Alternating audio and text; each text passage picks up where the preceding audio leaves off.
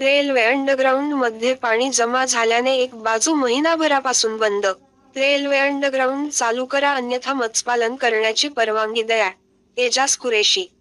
भोकर शहरातील रेल्वे भुयारी मार्ग सुरू होऊन 2 वर्षाच्या कालावधी लोटला. 2 वर्षातच या बोगस कामाचे पितळ उघडे पडले असून भुयारी मार्ग जागोजागी खड्डे पडले असून त्या खड्ड्यामध्ये पाणी जमा झाले आहे.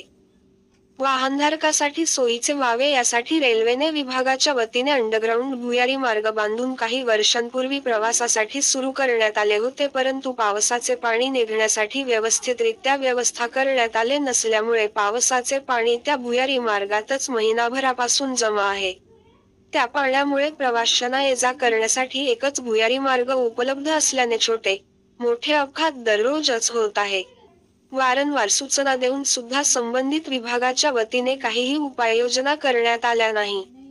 पाणी सलग 1 महिन्यापासून तेथे जमा आहे. संबंधित विभागाने त्या भुयारी मार्गातून पाणी काढले नाही तर त्या पाण्यामध्ये मत्स्यपालन करण्याची परवानगी द्यावी अशी मागणी जनजागृती माहिती अधिकार समितीचे नांदेड जिल्हा अध्यक्ष एजाज कुरेशी यांनी केली आहे.